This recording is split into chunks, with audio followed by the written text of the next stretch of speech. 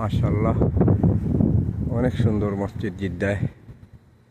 মসজিদের কিছু খাম বাকি রয়েছে, বেশিরভাগ পুরো হয়ে গেছে। অনেক সুন্দর মসজিদ, মাশাআল্লাহ। দুনিয়ার জান্নাত মসজিদ হইল দুনিয়ার জান্নাত।